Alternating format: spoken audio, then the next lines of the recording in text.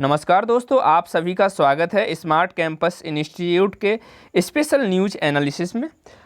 मैं राजू यादव आपको Israel फ़िलिस्तीन conflict के बारे में संपूर्ण जानकारी दूंगा। इस वीडियो में हम इजराइल और फ़िलिस्तीन के बीच जो अभी विवाद चल रहा है उसके बारे में बात करेंगे। इजराइल ने गाज़ा सीमा पर भेजे सैनिक, अब ज़मीन से होगी जंग। इस तरह की न्यूज़ हेडलाइंस हम अभी टीवी स्क्रीन्स पर देख रहे हैं। बहुत सारे न्यूज़ चैनल इस तरह की हेडलाइंस जो हैं हमें दिखा रहे हैं कि फ़िलिस्तीन के राष्ट्रपति मोहम्मद अब्बास ने यूएन और यूएस की दखल देने की मांग की।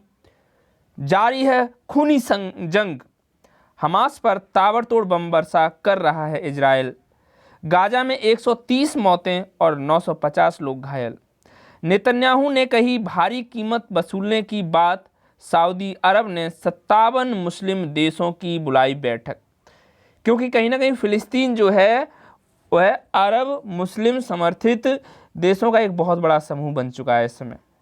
भारतीय सौम्या जो हैं इस कॉन्फ्लिक्ट में शहीद हो गई हैं, उनका शव भारत में पहुंच गया है।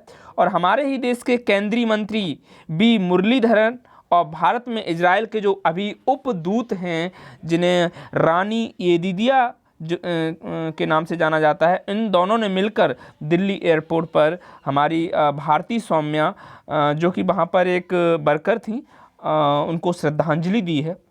इजराइल ने किया एयर स्ट्राइक, खौफ के बीच फिलिस्तीन में शुरू हुआ परिवारों का पलायन। तो ये भी काफ़ी डराने वाला न्यूज़ है। मैंने आपको सभी न्यूज़ की जो मेन हेडलाइंस हैं उनके बारे में बताया। साथियों, इस वीडियो में आप देख सकते हैं कि किस तरह से इजराइल के महानगरों पर, जो कि गाज़ा की स्ट्रिप है, वहाँ पर जो फ़िलिस्तीनी लोग हैं जिन्हें इजरायली आतंकवादी मानते हैं, किस तरह से यहाँ पर रॉकेट के द्वारा जो है हमला कर रहे हैं। उनके पास रॉकेट लॉन्चर्स हैं और आप सभी को पता है कि आयरन डोम की जो विशेष सुविधा है इजराइल के पास, आयरन डोम जो कि एयर डिफेंस सिस्टम की लिस्ट में आता है। इजराइल एक बहुत ही ताकतवर देश है, तो इसके हिसाब से साथियों हम आपको आयरन डोम के बारे में बताएंगे। आयरन डोम जो है इजराइल का एयर डिफेंस सिस्टम है, जैसे कि आपका USSR यानी कि रसिया का जो है S-400 मिसाइल सिस्टम, जो कि बहुत ज़्यादा पॉपुलर है। ये किस तरह से कार्य करता है, किसने बनाया, इसके बारे में हम आपको अवश्य जानकारी देंगे। इजराइल के राफेल एडवांस डिफेंस सिस्टम जो है आपका इजराइल एरोस्पेस इंडस्ट्रीज ने अमेरिका की मदद से बनाया है। अमेरिका ने यहाँ पर वित्तीय और हर तरह की संभव मदद की यहाँ पर। इसका पहली बार जो इस्तेमाल हुआ था वो 2011 में किया गया था। और ये जो इसका जो वर्किंग प्रणाली है वो एनालिसिस के आधार पर है, यानी कि रॉकेट जो है बहुत ज़्यादा महंगे नहीं होते हैं, और बड़ी मात्रा में जब रॉकेट जब इसके ऊपर लॉन्च छोड़े गए फ़िलिस्तीन के द्वारा, यानी 2000 रॉकेट छोड़े गए, तो 2000 में से केवल 850 ऐसे रॉकेट से जो रिहायशी एरिया में गिर रहे थे, और रिहायशी एरिया जो गिर रहे थे वो ही ज़्यादा खतरा पैदा करने वाले थे। तो ऐसे में आयरन डोम के द्वारा एनालिसिस के बाद ही उसे टारगेट किया जाता है। 90% से ज़्यादा एक्यूरेसी है, इसीलिए आयरन डोम कभी कभी एक की जगह 2 मिसाइल छोड़ देता है। जैसे मान लिया कि कोई रिहायशी एरिया में गिर रहा है, तो ऐसे में ये एक की जगह 2 मिसाइल छोड़ देगा। इसमें कोई ज़्यादा चेंज नहीं हुआ है, इसका केवल सॉफ्टवेयर अपडेट होता रहता है। इसका जो हार्डवेयर है वो वही है। और सबसे अच्छा ये है कि ये हर तरह की क्रूज मिसाइल, ड्रोन, इन सब को मारने में सफल है, यानी कि आप इजराइल पर क्रूज मिसाइल के द्वारा हमला नहीं कर सकते। आशा करता हूँ कि हमारे देश भारत में भी इस तरह का बहुत जल्दी कोई ना कोई एयर डिफेंस सिस्टम आ जाएगा।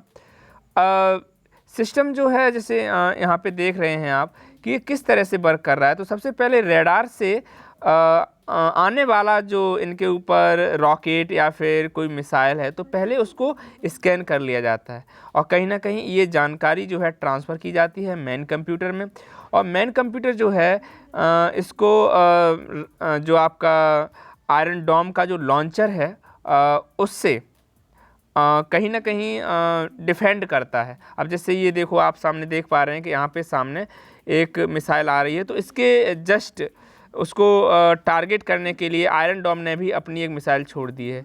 ठीक है, फ़िलिस्तीनियों ने अभी 2000 से ज़्यादा मिसाइल्स दागे, जिनमें से 850 को आयरन डोम ने तबाह कर दिया। तो ये इस समय हमें लगता है कि विश्व युद्ध जो थर्ड विश्व युद्ध है उसका संकेत है। मुझे लगता है ये सब बंद होना चाहिए, यहाँ पर पूरी तरह से शांति कायम होनी चाहिए। इज़राइल का जो कॉन्फ्लिक्ट है उसकी हम हिस्ट्री में थोड़ा सा बात करते हैं। आप देख पा रहे हैं कि किस तरह से फ़िलिस्तीन जो है पहले वाले मैप में पूरा फैला हुआ है, उस समय इज़राइल नहीं था। धीरे धीरे फ़िलिस्तीन का जो एरिया है वो कम होना स्टार्ट हुआ और इज़राइल का एरिया बढ़ना स्टार्ट हुआ। 2000 में जो मैप दिखाया गया है उसमें इज़राइल एक बहुत बड़ी एरिया में फैल चुका है, जबकि फ़िलिस्तीन बिल्कुल सिकुड़कर बहुत छोटी सी एरिया में आ गया है। तो इसका एक सबसे जो चर्चित रहा है इतिहास वो मैं आपको बताऊंगा कि यहाँ पर एक 35 एकड़ में बनी एक जो 35 एकड़ की ज़मीन का एक विवाद है और इस 35 एकड़ की ज़मीन का विवाद बिल्कुल भारत के राम मंदिर की तरह है।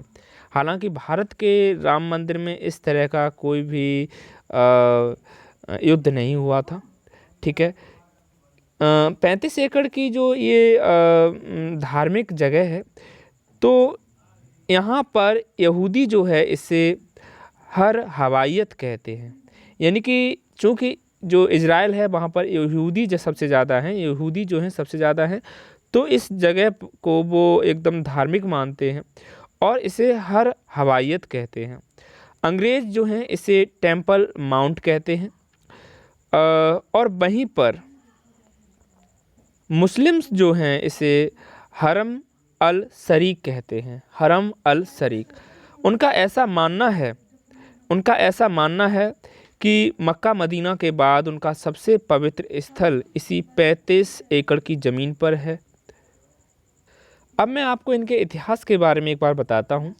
यहूदियों का मानना है कि उनके जो गॉड थे जिन्हें वो एडम कहते हैं, एडम का यहीं पर सृजन हुआ था, उनका जन्म यहीं पर हुआ था।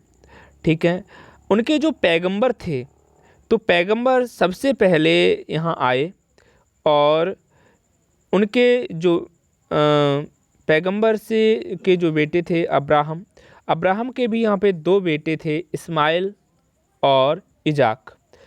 तो अब्राहम से एक तरह से बलि मांगी गई और जब बलि मांगी गई तो इन्होंने इजाक की बलि देने के लिए बोला।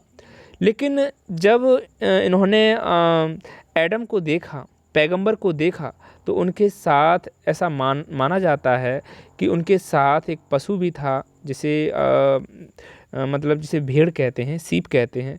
तो वो समझ गए कि हमें अपने बेटे की बलि नहीं देनी है, हमें भेड़ की बलि देनी है। तो यहाँ पर अब उस समय के जो इज़राइल के किंग थे, तो इस समय सोलोमन साम्राज्य चल रहा था। जो यहाँ के किंग थे वो सोलोमन साम्राज्य था और ये बात जो है 1000 ईसा पूर्व की है। और ये यहाँ पर फर्स्ट टेम्पल जो है इज़राइल में बेबीलोन सभ्यता ने इसे नष्ट कर दिया। यानी कि ये जो जगह है 35 एकड़ की, ये फर्स्ट टेम्पल था जिसे बेबीलोन सभ्यता ने नष्ट कर दिया। बेबीलोन सभ्यता ने जब इसे नष्ट कर दिया तो 5 साल बाद यहूदियों ने दूसरा मंदिर बनाया। यहूदी रुके नहीं, पहला मंदिर उनका नष्ट हो गया, यहूदियों ने दूसरा मंदिर बनाया जिसे सेकेंड टेम्पल कहा गया। अब ऐसा माना गया कि मंदिर के अंदर मंदिर है, मंदिर के अंदर मंदिर है, पवित्र से भी पवित्र जगह उस अंदर वाली जगह को माना गया। लेकिन यहूदियों में यहाँ पर जो जाने की इजाज़त थी वो केवल श्रेष्ठ पुजारियों को थी। जो श्रेष्ठ पुजारी थे वही मंदिर के अंदर जा सकते थे। अब मंदिर की दीवार बन गई जहाँ पर बाकी के यहूदी जो थे वो आया करते थे, जिसे वेस्टर्न वॉल कहा गया। अब यहाँ पे शुरुआत कहाँ से हुई? इसी वेस्टर्न वॉल से हुई। यहीं पर उनका आपसी झगड़ा स्टार्ट हो गया मुस्लिम्स और यहूदियों का। अगर हम मुस्लिम्स की माने तो मुस्लिम का सबसे ज़्यादा पवित्र जो स्थल है मक्का है। सेकंड में हमारे जो मुस्लिम भाई हैं उनका मदीना एक बहुत अच्छा पवित्र स्थल है। तीसरे नंबर पर हरम अल शरीफ जो ये पवित्र जगह में उनकी गिनी जाती है। कुरान के 621 सन में मोहम्मद जो थे उड़ने वाले घोड़े पर मक्का से यरूशलेम आए, ऐसा माना जाता है। 621 सन में जो मोहम्मद थे वो उड़ने वाले घोड़े से मक्का से यरूशलेम आए और यहीं ऊपर चढ़कर मुस्लिम संदेश दिए। अब मुस्लिम संदेश में बहुत अच्छे जैसे कि नमाज पढ़ना, लोगों की सहायता करना, चूँकि मुस्लिम एक बहुत अच्छा धर्म है जो विश्व में एक बहुत बड़ी संख्या में है। ठीक है। 632 में पैगंबर मोहम्मद की मृत्यु हो गई। 4 साल बाद मुस्लिम ने हमला कर दिया। चूँकि यहाँ पर उनके जो मतलब उनके जो मोहम्मद थे वो आए थे और उन्होंने यहाँ पे भाषण दिए, उन्होंने लोगों को जागरूक किया, तो इसीलिए मुस्लिम ने 4 साल बाद इस जगह पर हमला कर दिया। तब यहाँ पर इस जगह पर बेजेंटाइन शासन का साम्राज्य था। बेजेंटाइन का यहाँ पर राजा था और यरूशलेम को उसने जीत लिया। मुस्लिम्स ने यहाँ पर अटैक किया और यरूशलेम को जीत लिया। शुरुआती समय में भी यहाँ पर बहुत सारे मूवमेंट चले। जो लॉन्ग लास्ट मूवमेंट चला है ना, जो फ़िलिस्तीन स्टेट के बिब्लिकल होमलैंड ऑफ ज्यू में हुआ। यहाँ पर आप मैप को एक बार देख सकते हैं कि किस तरह से फ्रेंच मैंडेटरी एरिया है, सिनाई डेजर्ट इजिप्ट का है, फ़िलिस्तीन का एरिया है जिस पे ब्रिटिश का कहीं ना कहीं आधिपत्य रहा। यहाँ पर जॉर्डन नदी भी है, एक मेडिटेरियन समुद्र के किनारे ये पूरा फैला हुआ है। यहाँ पास में ही मेडिटेरियन सी भी है। फ़िलिस्तीन भी कहीं ना कहीं ऑटोमन साम्राज्य का हिस्सा था, जो एक बहुत ही ताकतवर साम्राज्य उस समय का था। फ़िलिस्तीन were still are the Arab inhabitant of Philistine oppose the creation of Jewish state in their homeland. Violent conflict broke out in Philistine between Arab and Jews during Zionist movement। तो शुरुआत में यहाँ पर मूवमेंट देखने को मिले थे। भारत की आज़ादी के समय 1947 में ये जो कॉन्फ्लिक्ट है ये यूएन के पास पहुंचा और यूएन ने इसे पार्टीशन प्लान जो है, यूएन ने यहाँ पर पार्टीशन प्लान तैयार किया और इस पार्टीशन प्लान में ब्रिटिश कंट्रोल जो फ़लस्तीन था into Arab and Jewish state जो थे यहाँ पर। तो यहाँ पे हुआ क्या कि जूइश ने ये पार्टीशन प्लान जो था एक्सेप्ट कर लिया और वो हैप्पी भी थे। 55% ज़मीन जो थी उनके पास थी और 34% पॉपुलेशन उनके पास थी। इस तरह से बंटवारा हुआ। सभी इस्लामिक कंट्रियों ने वोट दिया और फ़िलिस्तीन ने इस सब को रिजेक्ट कर दिया। लेकिन जो पूरे के पूरे संसार ने world support it because they felt bad about the Holocaust. संसार ने यहाँ पर सपोर्ट किया। यहाँ एक बार आप देख लीजिए कि मेडिटेरियन सी है, ये पूरा का पूरा इजराइल है। इजराइल को आप हल्के में मत लेना। 6 दिन में 6 देशों को जंग में हरा दिया इसने। 6 देशों को 6 दिन में हरा दिया। इसका जो डिफेंस सिस्टम है उसके बारे में मैंने आपको बताया, बहुत ही अच्छा डिफेंस सिस्टम है इसका। पहली बार 1948 में फर्स्ट अरब इजराइल वार हो गया था। 15 मई 1948 को Israel declare itself and independent state. Israel ने अपना जो ये स्टेट है ये इंडिपेंडेंस स्वतंत्र घोषित कर दिया था। Lead to first Arab Israel war, और पहली बार जो यहाँ पे है अरब और इजराइल का युद्ध हो गया। इजराइल ने यहाँ पर 5 अरब की कंट्रियों पर, खाड़ी कंट्रियों पर आक्रमण किया, जिसमें Egypt, Syria, Jordan, Iraq, Lebanon थे। इस युद्ध का रिजल्ट क्या आया? Israel defeated the combined Arab country and siege territory UN has designated for the फिलिस्तीन, यानी कि यहाँ पर इजराइल जो है डिफीट कर दिया सभी अरब कंट्रियों को इसने। Cease fire agreement ended fight, यहाँ पर सीज फायर का जो एग्रीमेंट किया गया था यूएन के द्वारा, इसके पूरी तरह से यहाँ एंडेड हो गया। But Arab refuse to sign peace treaty, तो अरब ने यहाँ पर पीस ट्रीटी को रिफ्यूज कर दिया। वो इजराइल को एक पूरे देश की मान्यता नहीं दे रहे थे। No Arab country recognise Israel, किसी ने भी इजराइल को रिकॉग्नाइज नहीं किया। 7,50,000 फ़िलिस्तीन refugee fled to Arab state, और ये अरब स्टेट यानी कि अरब की कंट्रियों में चले गए। इस मैप के द्वारा Israeli territory before and after the 1948 war में आप देख सकते हो कितना चेंज आया। Conflict peace agreements between Israel and फ़िलिस्तीन, इजराइल के पास कौन कौन से कंट्री लगे हुए हैं आप एक बार देख लीजिए। इजिप्ट, जॉर्डन, सीरिया, लेबनान ऊपर की तरफ है। तो ये देखो सारी की सारी कंट्रियां जो इसकी पड़ोसी हैं, एक साथ इजराइल ने सबसे युद्ध किया। 1956 में स्वेज नदी पर के किनारे एक युद्ध और हो गया। इजिप्ट नेशनलाइज स्वेज कैनाल, उसने स्वेज कैनाल जो थी उसको नेशनलाइज कर दिया, राष्ट्रीय कर दिया। Israel, Britain and France attack Egypt and capture the canal and Sinai peninsula. US opposed attack the US and UN imposed a cease fire and withdraw from Sinai. तो यहाँ पर यूएन ने जो है इस अटैक को अपोज किया, यूएस एंड यूएन में इसे इम्पोज्ड किया गया सीज फायर के रूप में। 1967 में द स्लैक्स डे वार, तो यहाँ पर एक फिर से वार छिड़ गई। Israel preemptively attack Egypt after Egypt mobilised its army, जब इजिप्ट की आर्मी मोबिलाइज थी, एक जगह से दूसरी जगह जा रही थी, तभी इजराइल ने यहाँ पे अटैक किया। Jordan and Syria attack Israel, Jordan और सीरिया ने भी इजराइल पे अटैक किया। वार एंडेड विद डिसीबल्स victory for Israel and Israel tripled amount of territory it control. तो कहीं ना कहीं जब युद्ध ख़त्म हुआ तो यहाँ पर इजराइल की विक्ट्री हुई। इस युद्ध का रिजल्ट बिल्कुल अलग आया। Israel captured this territory in 1967, Israel ने इस ज़मीन पर 1967 में कब्जा कर लिया।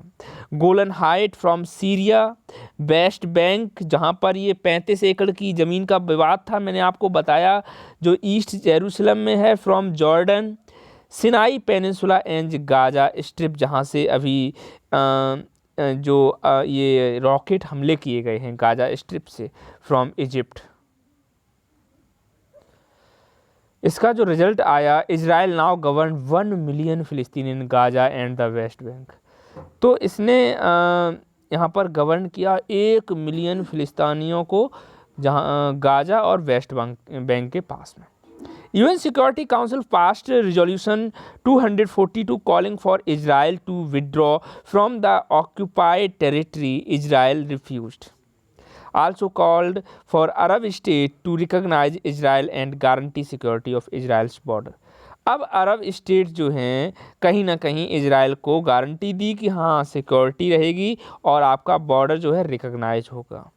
पहले बॉर्डर को बहुत ज़्यादा अहमियत नहीं दी जाती थी, बस ये मान लिया जाता था ये बॉर्डर है। हमारे देश में भी अभी बाढ़ के हालात थे, युद्ध के हालात थे, हमारा चाइना के साथ कॉन्फ्लिक्ट था, है ना। तो मेन रीज़न यही था कि बॉर्डर ही क्लियर नहीं है,